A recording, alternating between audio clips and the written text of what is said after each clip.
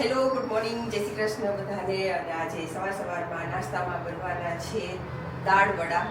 વિકાસના ફેવરિટ ગોટા નહીં, વિકાસના ફેવરિટ દાળ વડા બનવાના છે. ને એના માટે જો કે એની રેસીપી તો મેં લગભગ ઘણી વાર આપી દીધી હશે. જો આ 3-3.5 કલાક પહેલાં પલાળી લીધી છે દાળ.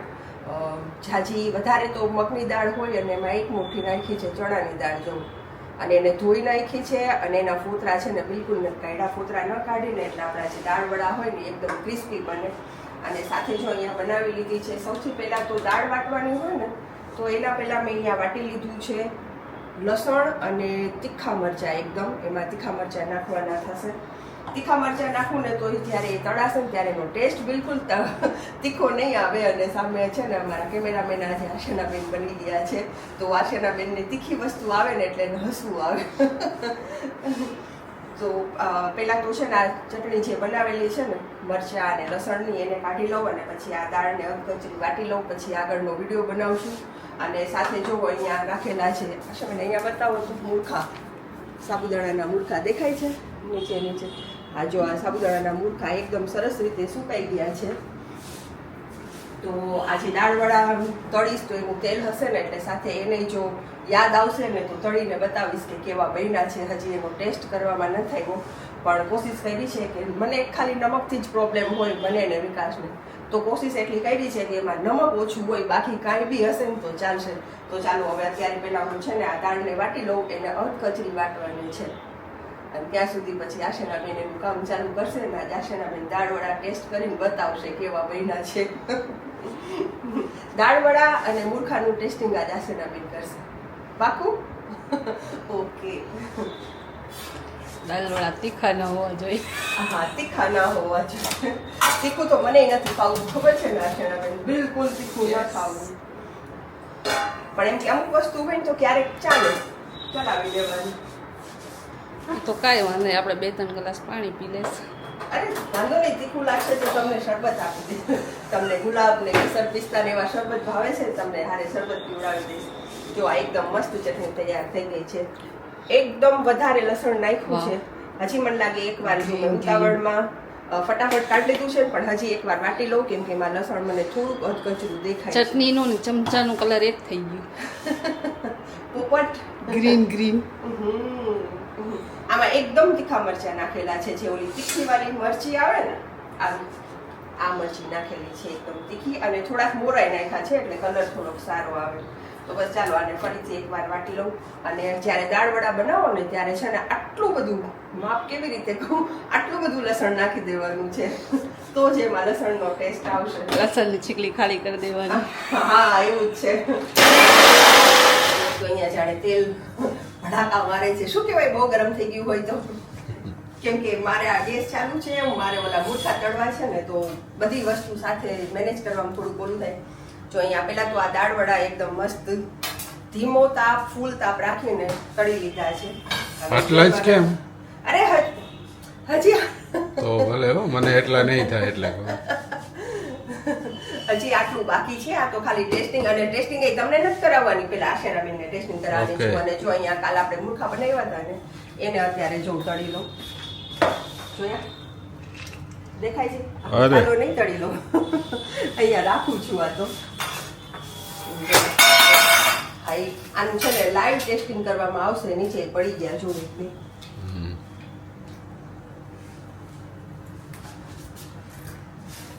ફૂલ ગરમ તેલમાં હું નાખી, અને પણ મેં થોડાક પીસઈ નથી કર્યા. આવે પાછું થોડાક નાના પીસ કરી લો. આવડા મોટા મોટા તો કેમ કરીશ. જો એકદમ મસ્ત થઈ ગયા છે. અને આ તડકે નાખવામાં નથી આવ્યા. હવે આજે તડકે મૂકીશ. આ પંખા નીચે જ સુકાયેલા છે. આખી રાત પંખો ચાલુ રાખ્યો ને એમાં જ સુકાઈ ગયા છે. પણ આજે થોડોક તડકો એને આપવામાં આવશે. પણ તોય મેં કીધું કે તડકો આપતા પહેલા થોડું ટેસ્ટિંગ કરી લઈ. અને સુકાણા ન હોય ને તો થોડાક ચવડ લાગે. જોઈ હવે ટ્રાય કરી. એમને આને ઓવનમાં ન કરાય? ઓવનમાં કરાય ને, પાપડ નથી આપણે કરતા એવી જ રીતે, પણ ઓછા ફૂલાય એમ. ઓવનમાં કરે. જો અહીંયા લાઈવ ટેસ્ટિંગ બતાવો, અહીંયા નજીક આવીને કેવું થાય છે આપણે જોઈએ. ઓહો, તેલ તો બહુ ગરમ થઈ અરે બહુ ગયું. ગરમ થઈ ગયું છે. તમારે જોઈ લઈ લો. જો લાઈવ ટેસ્ટિંગ ચાલુ છે મૂર્ખાનું. કેવા બનશે એ આપણે જોઈ. મસ્ત ફૂલણા વિકાસ ટેસ્ટ કરીને કહેશે જલી ગયા જલી. બીજું ગેસ કરી નાખું, થોડા તળી લઉં અને પછી આનું છે ને આપણે ટેસ્ટિંગ કરી. બરાબર, તો જો અત્યારે મેં અહીંયા ગરમીમાં તળીને તૈયાર રાખ્યું છે. હવે એનું ટેસ્ટિંગ કરશે આશેનાબેન અને સાચા રિવ્યુ આપજો. જો આવી ગયા છે અમારા આશેનાબેન અહીંયા. ચાલો આ બાજુ હવે તમે આવી જાઓ અને જો એમાંથી ટેસ્ટિંગ કરીને કહો તો. આશાબેનને પાછી ઓઢણી સરખી કરવા જોઈ નહીં? આશાબેન પહેલાં એવી જ રીતે આવતું, ગમે ત્યારે તમારો વિડીયો આવે ને આશાબેન પહેલાં હું ઓઢણી મસ્ત રીતે રાખે. જોવો તો હાલો તો એમાંથી લઈને ટેસ્ટ કરો તો અને સાચા રિવ્યૂ આપજો. બધા વ્યુઅર્સ જોવે છે, ખોટા રિવ્યૂ ના આપતા. સારા હોય તો સારા કહેજો, ખરાબ હોય તો ખરાબ કહેજો. મારે આમાં કેમેરામાં બેટરી છે ને ખાલી 20% છે. જો આશેનાબેન ટેસ્ટ કરે. સૌથી પહેલાં તો દાળવડા, લસણની સુગંધ આવશે નકરી. મસ્ત છે ને, એક નંબર. અને પછી હવે મૂર્ખાનું ટેસ્ટિંગ કરશે આશરાબેન. મૂર્ખાનું ખાસ કયો, દાળવડા તો રેગ્યુલર બનતા જ હોય. મૂર્ખા મેં ઘણા ટાઈમે બનાવ્યા છે, 2-3 વર્ષથી નથી બનાવતી.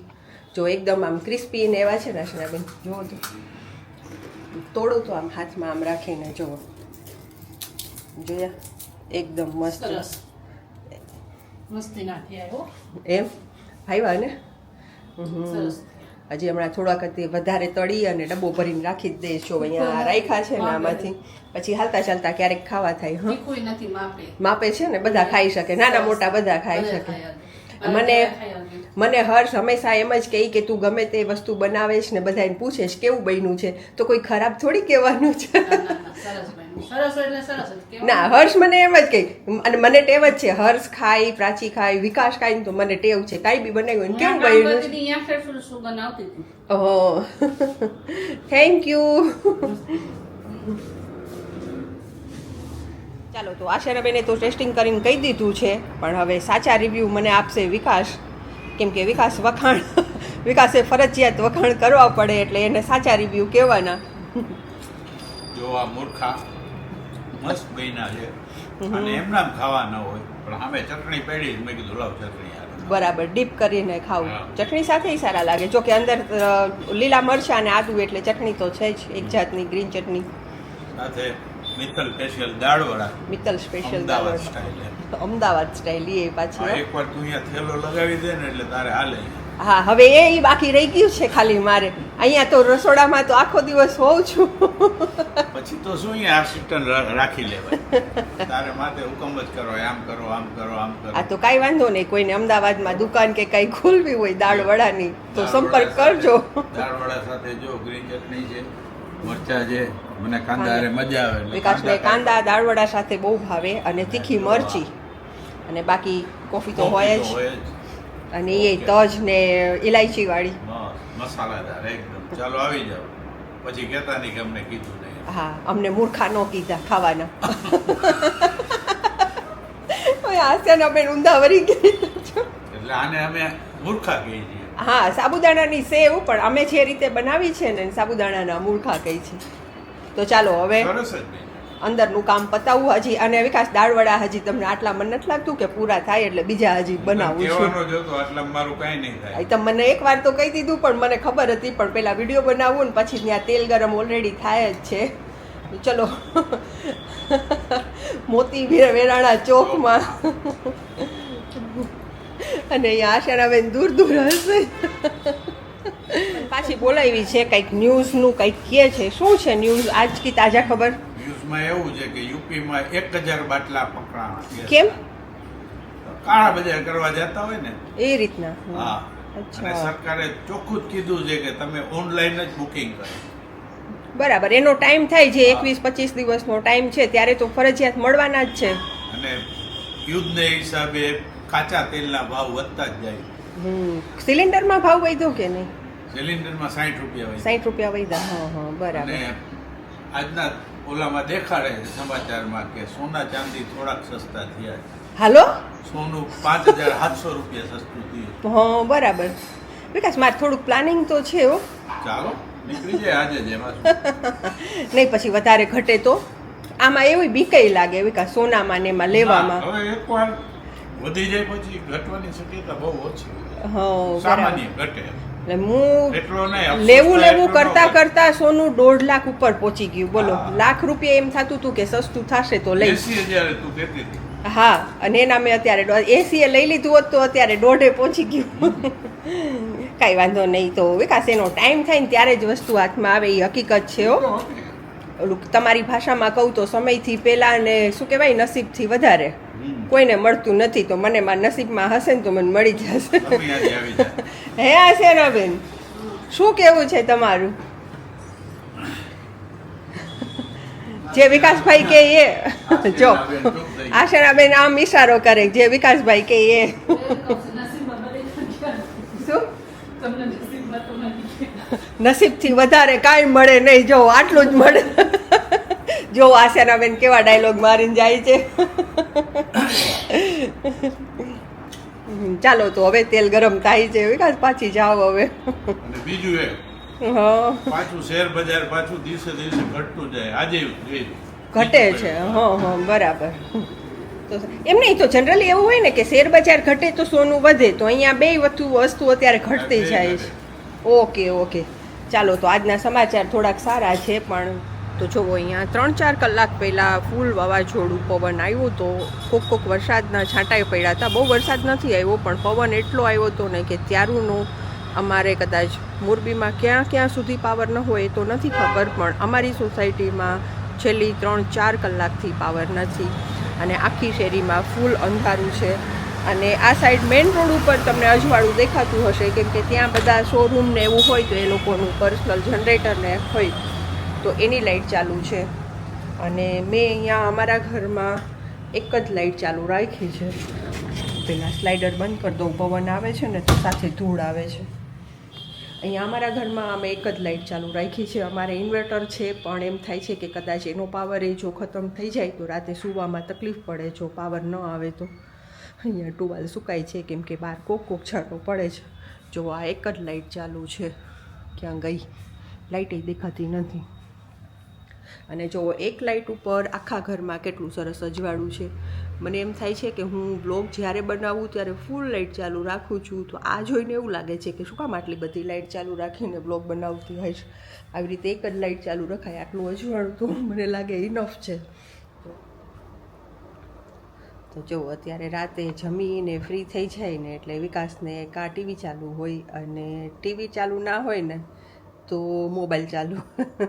કાંઈક તો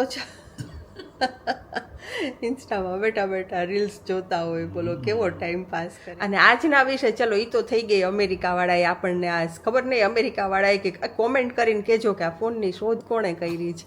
અમેરિકામાં આને ઇડિયટ બોક્સ કહેતા એટલી ખબર છે. બરાબર. તો આ ખરેખર આખો આપણને બધાને ઇડિયટ જ બનાવી દીધા છે આ ફોને.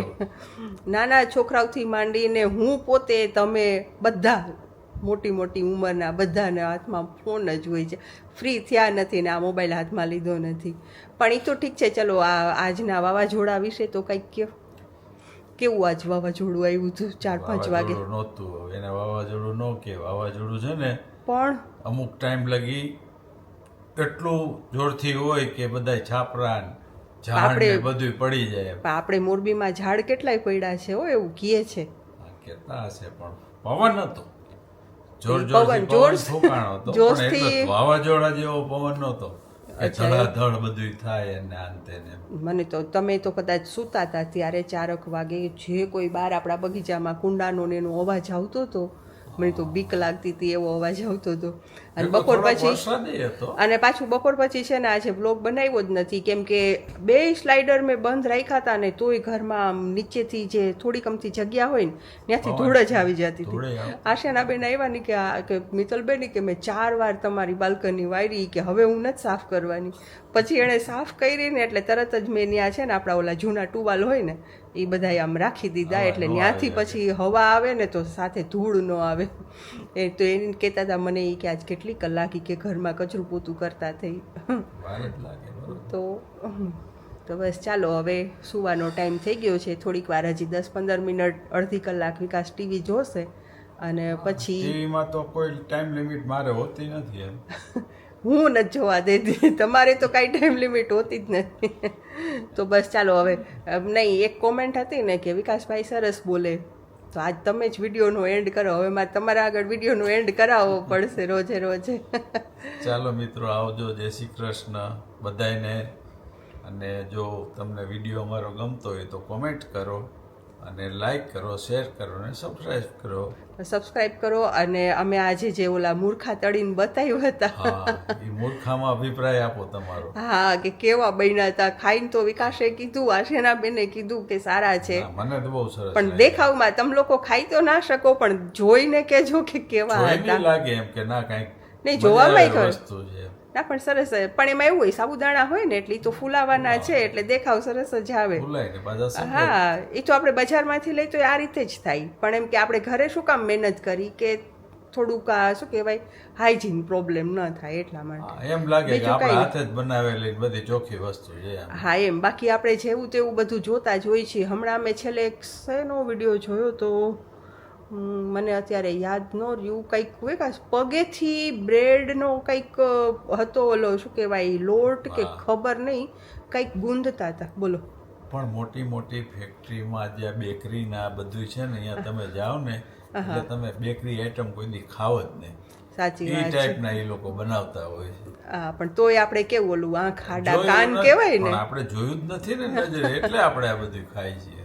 આંખ આડા કાન કરી છે. હા. બાકી ખબર તો બધી છે કે ક્યાં કેવું બને ને કેવું ના બને. તો બસ ચાલો, હવે બહુ વાતું થઈ ગઈ. આ સાથે આ બ્લોગને વિકાસ પૂરો જ કરી દો. લાઈક કરો, શેર કરો, સબસ્ક્રાઈબ કરો. અમારા વિડીયોઝ ગમે તો લાઈક કરો નહીં. તો બસ ચાલો, આવજો. ગુડ ચાલો નાઇટ. ભાઈ, જય શ્રી આવજો. કૃષ્ણ. આવજો. Good night. જય શ્રી કૃષ્ણ બધાને.